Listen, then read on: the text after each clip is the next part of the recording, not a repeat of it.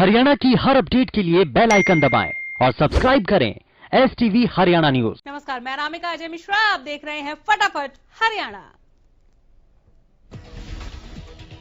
प्रदेश में कोरोना का कहर जारी है। एक दिन में कोरोना के 798 नए मामलों की पुष्टि हुई। वहीं प्रदेश में अब तक कोरोना से 500 लोगों की मौत हो चुकी है।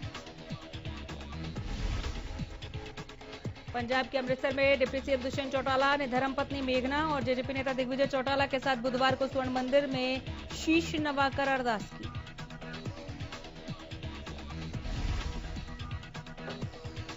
इस दौरान परिवार के सदस्यों ने श्री हरमोहिंदर साहिब में आयोजित पाठ में भी हिस्सा लिया।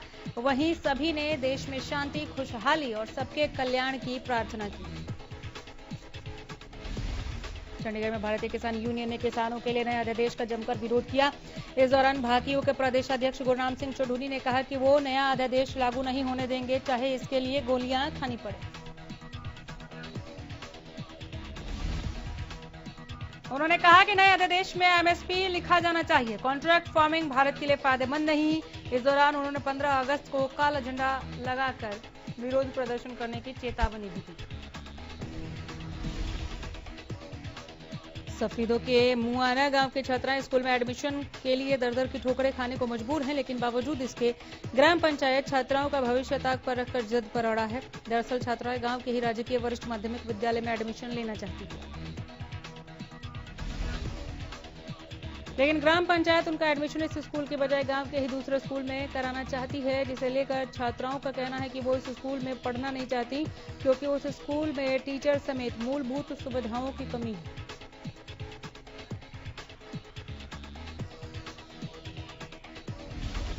छात्राओं का कहना है कि वहां पर शरारती तत्वों का जमावड़ा भी रहता है, जिससे उनको परेशानी होती है, जिसे लेकर परेशान छात्राएं बुधवार को ग्राम पंचायत द्वारा BEO, DEO और DC को दिए ज्ञापन को लिए खड़ी। महर्षि दयानंद यूनिवर्सिटी में नए शिक्षा सत्र को शुरू करने के लिए प्रशासन की ओर से नई स्टैंडर्ड ऑपरेटिंग प्रोसीजर तैयार किया गया है। इसके तहत यूनिवर्सिटी कैंपस के लगभग 10,000 से ज्यादा स्टूडेंट्स को शिक्षा मिलेगी। वहीं महर्षि दयानंद यूनिवर्सिटी के सभी कॉलेजों में भी ऑनलाइन शिक्षा दी जाएगी। गौरतलब है कि महर्षि दयानंद यूनिवर्सिटी में इंटरमीडिएट कक्षाओं 3रे, 5वें, 7वें और 9वें सेमेस्टर की ऑनलाइन क्लास शुरू हो चुकी है। इसके तहत यूनिवर्सिटी प्रशासन ने डिजिटल लर्निंग सेंटर और यूनिवर्सिटी कंप्यूटर सेंटर की ओर से तैयारियां की। वैश्विक महामारी कोरोना की वजह से पूरी दुनिया को कई तरह की परेशानियों का सामना करना पड़ रहा है। स्वास्थ्य के साथ साथ लोगों को आर्थिक परेशानियों का भी भारी बोझ उठाना पड़ रहा है।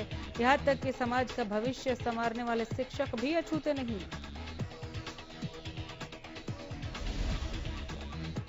रेवाड़ी में भी एक निजी स्कूल के शिक्षक पर कोरोना की ऐसी मार पड़ी कि अब अपनी जीविका चलाने के लिए वो दीवारों को पेंट कर रहे हैं। स्कूल में आर्ट एंड क्राफ्ट के शिक्षक थे, इतने मजबूर हो गए हैं कि अब दिहाड़ी मजदूर बन गए हैं। गोहाना ट्रैफिक पुलिस ने शहर में ट्रैफिक नियम तोड़ने वालों के खिलाफ एक बार फिर सख्ती शुरू कर दी है। ट्रैफिक पुलिस ने शहर के महम रोड समेत कई इलाकों पर नाके लगाकर नियम तोड़ने वालों पर सख्त कार्रवाई की।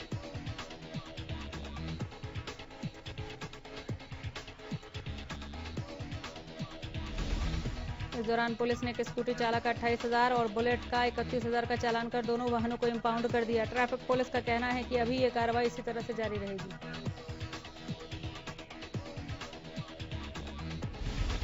इंद्री में कोरोना महामारी को देखते हुए पुलिस प्रशासन ने मास्क बांटने का अभियान चलाया हुआ है। इसी कार्यक्रम के तहत इंद्री थाना प्रभारी सतपाल सिंह की अध्यक्षता में शहर में मास्क बांटे गए। इस अवसर पर पुलिस प्रशासन के द्वारा कोरोना महामारी के प्रति लोगों को जागरूक भी किया गया।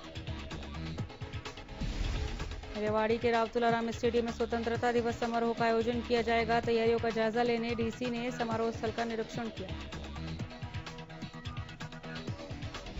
बता दें कि समारोह में सामाजिक न्याय एवं अधिकारिता राज्य मंत्री ओम प्रकाश यादव बतौर मुख्य अतिथि शिरकत करेंगे। कोरोना वायरस के चलते इस बार समारोह में मास्क पहनना, हैंड सैनिटाइजेशन और सामाजिक दूरी की पालना करना अनिवार्य किया गया है।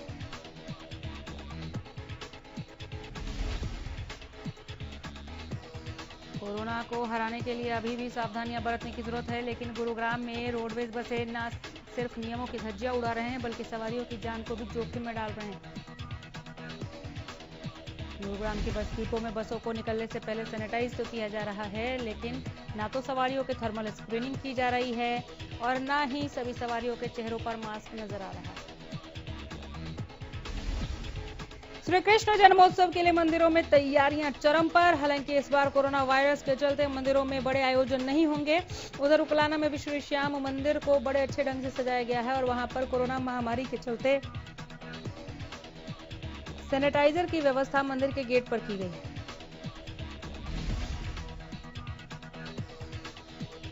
वहीं मंदिर कमेटी की ओर से आदेश जारी किए गए हैं कि सभी भक्तजनों का मंदिर में प्रवेश के साथ मास्क लगाना अनिवार्य होगा। कोरोना महामारी का धार्मिक स्थलों पर भी बहुत बड़ा असर पड़ा है। श्री कृष्ण जन्माष्टमी के दौरान मंदिरों में कम संख्या में लोग दिखेंगे।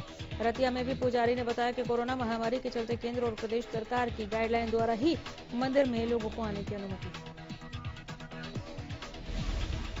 श्री कृष्ण जन्माष्टमी को लेकर बहादुरगढ़ के मंदिरों को भी खूब सजाया गया। हालांकि कोरोना के चलते आम लोगों को मंदिर में सामूहिक रूप से पूजा करने की अनुमति नहीं दी जा रही। इस बार न तो मंदिरों में किसी तरह की झांकी लगाई गई है, न ही किसी तरह के सामूहिक आयोजन रखे गए। कैथल के जनकपुरी में बिजली के तारों के चपेट में आने से एक युवक की मौत हो गई, जबकि एक गंभीर रूप से घायल हुआ। जानकारी के अनुसार युवक बालकनी में सामान चढ़ा रहे थे, तभी वो बिजली की चपेट में आ गए। इलाहाबाद के बट्टू इलाके में शराब तस्करी के शक में ठेकेदार और उसके साथियों ने मिलकर एक शख्स पर जमकर लाठियां भांजी। पीड़ित का नाम जगतपाल बताया जा रहा है, जबकि आरोपी ठेकेदार का नाम राजेश है। सरे बाजार हुई पिटाई का लोगों ने वीडियो बना लिया, जो अब सामने आया है। मामले की सूचना पुलिस को दी गई, जिसमें पुलिस ने 5 आरोपियों के खिलाफ मामला दर्ज कर 4 को अरेस्ट कर लिया है। गुरुग्राम के पौष इलाके कहे जाने वाले डीएलएफ फेज 2 से फर्जी कॉल सेंटर के जरिए लोगों से ठगी करने का मामला सामने आया है। सूचना के आधार पर डीएलएफ एसीपी के नेतृत्व में एक टीम बनाई गई, जिसने कार्रवाई करते हुए ठग गिरोह को मौके से गिरफ्तार किया। ये गिरोह अमेरिका में रहने वाले लोगों को तकनीकी सहायता देने के नाम पर ठगी करती थी। पुलिस ने सभी लोगों को हिरासत में लेकर पूछताछ शुरू की। शुरुआती जांच के बाद पुलिस ने 10 लोगों से पूछताछ के बाद छोड़कर कॉल सेंटर संचालक समेत 2 लोगों को गिरफ्तार किया। पुलिस का कहना है कि आरोपियों के पास से कंप्यूटर समेत ठगी के 1,45,000 रुपए बरामद किए गए। गुरुग्राम के बेगमपुर खटोला गांव में 2 युवकों की पिटाई का मामला सामने आया है। पीड़ितों का आरोप है कि वो लोग मेवात घसेड़ा गांव के रहने वाले हैं, जो भैंस खरीदने बेगमपुर खटोला गांव पहुंचे थे, लेकिन किसी बात को लेकर वहां कहासुनी हो गई और दोनों युवकों की पिटाई कर दी गई।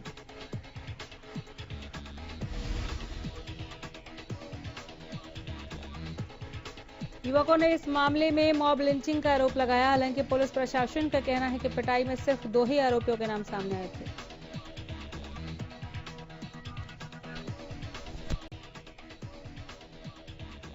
नांगल चौधरी के मांदी गांव में कुछ हथियारबंद लोगों ने खूनी संघर्ष कर जटराना पेट्रोल पंप पर लूटपाट और मारपीट की। इस दौरान पेट्रोल पंप में 2 कर्मियों को जान से मारने की कोशिश भी की गई। सोहना की बंद कॉलोनी में रहने वाले शराब माफियाओं का आतंक लगातार बढ़ता जा रहा है। यहां के शराब माफिया ने अपने साथियों के साथ मिलकर शराब लेने पहुंचे युवक की बुरी तरह से पिटाई कर दी। वारदात को अंजाम देने के बाद से आरोपी मौके से फरार हैं। पुलिस ने गंभीर चोटें आई युवक को अस्पताल पहुंचाया, लेकिन उसके हालत को गंभीरता के साथ देखते हुए गुरुग्राम के लिए रेफर किया गया है। घायल युवक का कहना है कि उसे पुराने रंजिश के चलते निशाना बनाया गया। बहादुरगढ़ में बदमाशों का खौफ लगातार बढ़ता जा रहा है। शहर के औद्योगिक सेक्टर 4B में HSIDC के ड्राफ्ट्समैन को गोली मारकर गाड़ी लूट ली गई।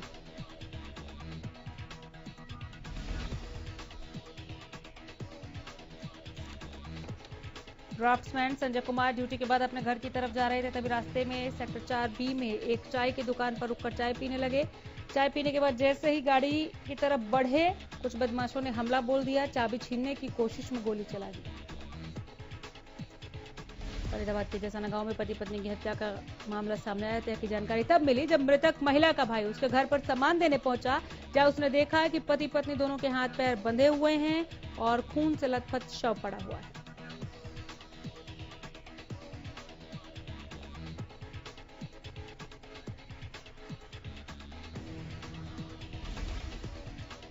वहीं इस मामले की सूचना पुलिस को दी गई। पुलिस ने जांच के दौरान जब पड़ोस में लगे सीसीटीवी खंगाले तो सामने आया कि बाइक पर सवार 4 बदमाश घर में घुसे और कुछ देर बाद वहां से फरार हो गए।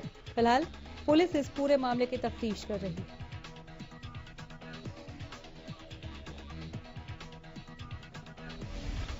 रेवाड़ी में बदमाशों के हौसले लगातार बुलंद होते जा रहे हैं। अब कुछ बदमाशों ने रेवाड़ी के एक प्रॉपर्टी डीलर से 25 की रंगदारी की मांग की है और रंगदारी न देने के एवज में प्रॉपर्टी डीलर को धमकियां तक दी गई। आपको बताएं कि पीड़ित ने कहा है कि पहले भी उसके पास ऐसे फोन आए थे, उसने समझा कोई मजाक कर रहा है।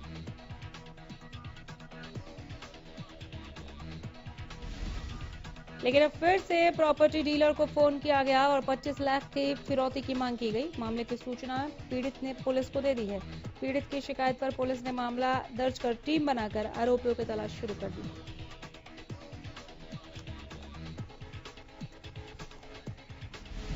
साइबर सिटी के डीएलएफ फेज 3 में बुजुर्ग दंपत्ति और उनकी नौकरानी को बंधक बनाकर लाखों की डकैती का मामला सामने आया है। बुजुर्ग के घर में 3 बदमाश हथियारबंद योजनाबद्ध तरीके से अंदर दाखिल हुए और घर में रिटायर्ड शिक्षक और उनकी पत्नी और साथ में नौकरानी को हथियार की नोक पर बंधक बनाया, जिसके बाद बदमाश घर में मौजूद ज्वेलरी लेकर फरार हो गए।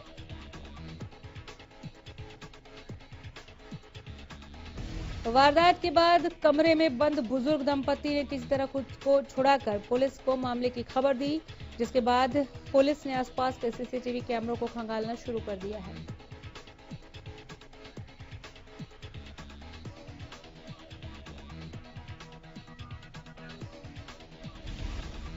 पानीपत के निबरी गांव के सरपंच की हत्या के मामले में उम्र कैद की सजा काट रहे शराब ठेकेदार कुलदीप की हत्या कर दी गई।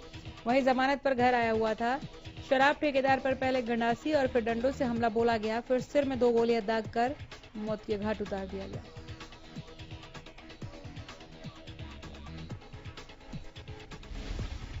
हत्या पूर्व सरपंच के भाई ने अपने साथियों के साथ मिलकर की। हत्या के बाद आरोपी युवक बाइक से फरार हो गए। फिलहाल निम्बरी गांव में तनाव का माहौल बना हुआ है।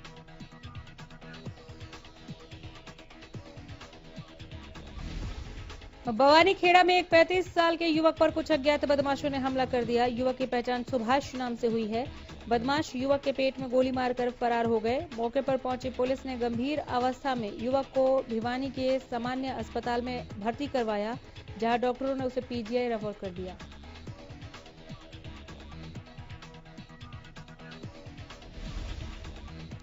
फतेहाबाद में बीती 5 अगस्त को चाकू से गोदकर की गई शख्स की हत्या के मामले में पुलिस ने 4 आरोपियों को गिरफ्तार किया है।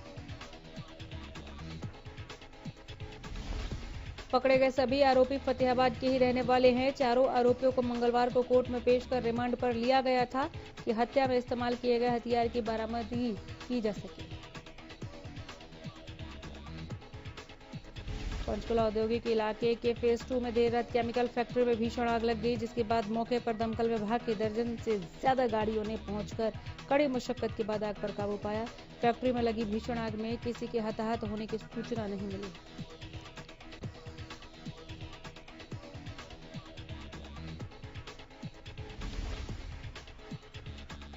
उधर पड़ोस की कई फैक्ट्री के लोगों ने फैक्ट्री मालिक पर गंभीर आरोप लगाए हैं।